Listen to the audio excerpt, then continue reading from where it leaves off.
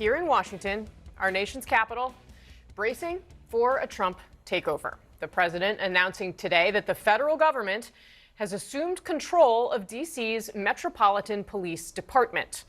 He also said he's deploying hundreds of National Guard troops. Just moments ago, the mayor, Muriel Bowser, issued her first comments on the matter. While this action today is unsettling and unprecedented, I can't say that given some of the rhetoric of the past, that we're totally surprised. I can say to DC residents that we will continue to operate our government in a way that makes you proud. Mayor Bowser responding there to a lengthy news conference in which President Trump characterized D.C. as a city overrun by crime. He repeatedly called it dirty, at one point called it disgusting. The solution that the president described raises questions about just how far things will go. See, they fight back until you knock the hell out of them, because it's the only language they understand. You can see they want to get at it. And they're standing there and people are spitting in their face and they're not allowed to do anything. But now they are allowed to do whatever the hell they want. As president, Trump has the authority to control D.C.'s police force for up to 30 days before he would have to seek congressional approval. So now the question is, in the coming month, what's going to change? Mayor Bowser today sounding open to the possibility that, well, the change that comes might not be so bad. The fact that we have more law enforcement and presence in neighborhoods, that could not, that may be positive if people are, if it's a positive action. So that's what the executive order says. All right, our panel is going to be here. We're going to get started with CNN senior White House correspondent Kristen Holmes and CNN security correspondent Josh Campbell. Kristen, I want to start with you. You were in the briefing room when the president made this announcement. He kept talking about how it was more packed than he'd ever seen it before.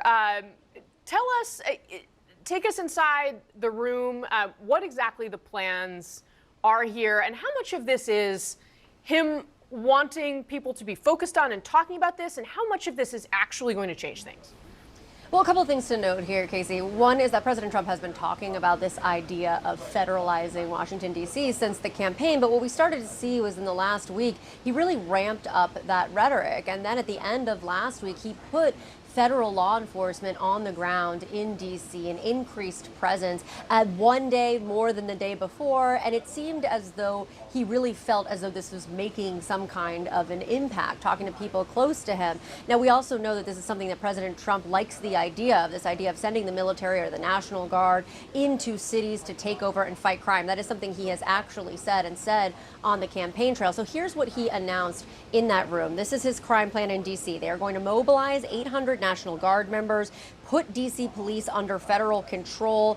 The Attorney General Pam Bondi is going to run D.C. police, and FBI agents are also going to patrol the city. Now, interestingly, when we heard from Mayor Muriel Bowser, she said that she had essentially been tipped off about the National Guard, but was completely in the dark over this, putting D.C. police under federal control.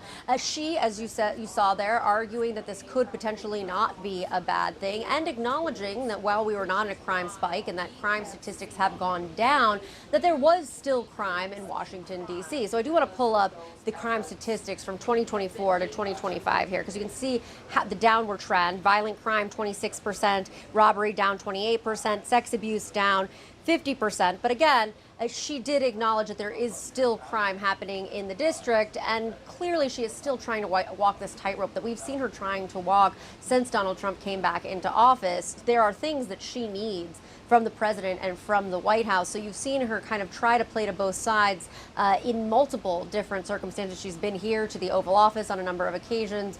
She's had her team meeting with this team, but it was interesting that they did give the mayor's office a heads up when they were going to increase the federal law enforcement. They didn't on today's messaging.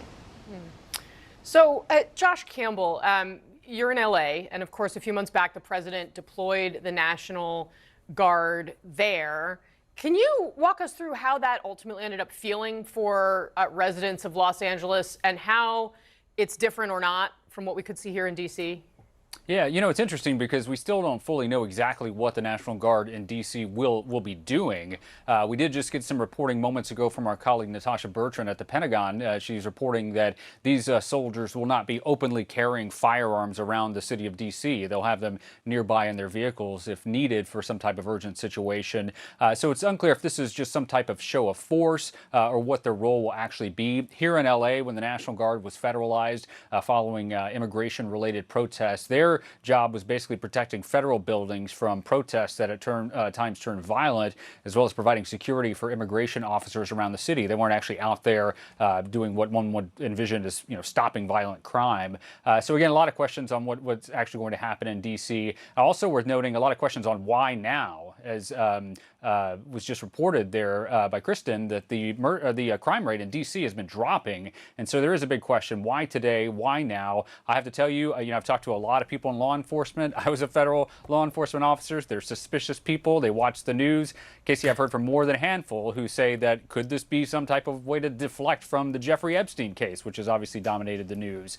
So again, a lot of big questions about why now, why the timing. Yeah, for sure. All right, Josh Campbell, Kristen Holmes, thank you both very much for getting us started today.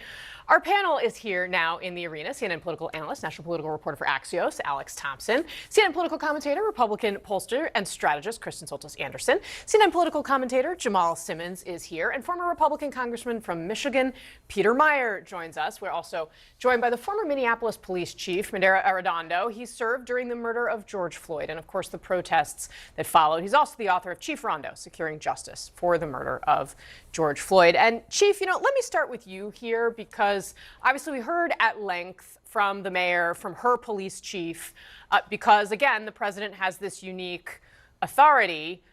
We also heard the mayor speak in a way that was notably different from, we're going to get a chance to talk to the LA mayor here in a little while, but she basically welcomed help fighting crime on the streets of DC. Were you surprised by the tone that she took, and how do you think we should be looking at it? Well, Casey, thank you for having me. Good to see you again. I think the mayor's response is, it's very probably strategic. I think that as she mentioned, all police chiefs around our country, they want to keep their crime rates down. And one victim of violent crime is one too many. We certainly have seen that DC's violent crime over the last year is down 26%. So that's a good thing.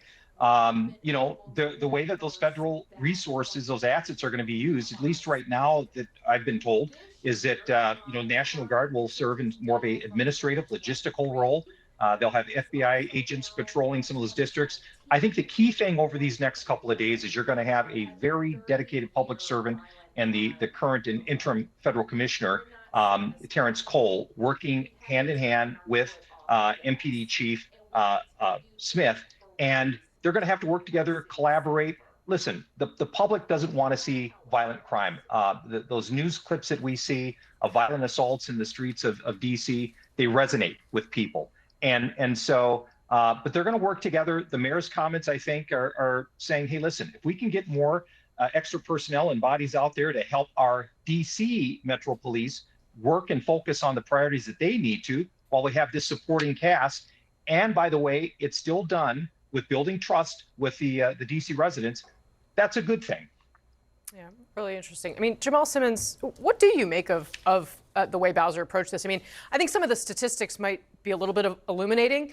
If we can put up among DC residents the number of people that approve of Mayor Bowser's handling of reducing crime, only 27% approve, okay? 67% of DC residents don't approve. And addressing homelessness, 58% of DC residents do not approve of the job that she's been doing addressing homelessness.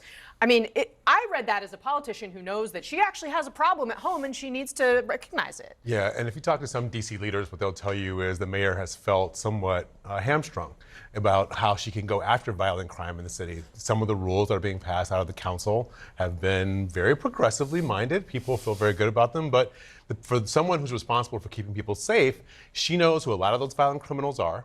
She knows where they are. And the question is, can they go and get them and deal with them effectively as the mayor and still be fair? So the question I'm listening to is, When you see federal troops come in here, when you see federal law enforcement come in, will they abide by the rules and the standards of the DC Police Department? We just had Chief Ramsey on earlier in this network. He was talking about that. Are they going to coordinate who's going to patrol which parts of the city when? Or are you going to have these overlapping agencies that are on top of each other? That's going to be a cacophonous mess for the citizens of the district. When you talk about progressive laws that were passed that the mayor feels have hamstrung her, are you talking about the one that makes it really hard to prosecute juvenile offenders? Well, I'm not going to speak for the mayor, but I will tell you, that's not my job. That's not my job. But when I talk to people who are very familiar with DC politics, they tell me that there is some frustration in City Hall that they're not able to go after some of the criminals in the way that they want to and be able to prosecute the crimes the way they want to.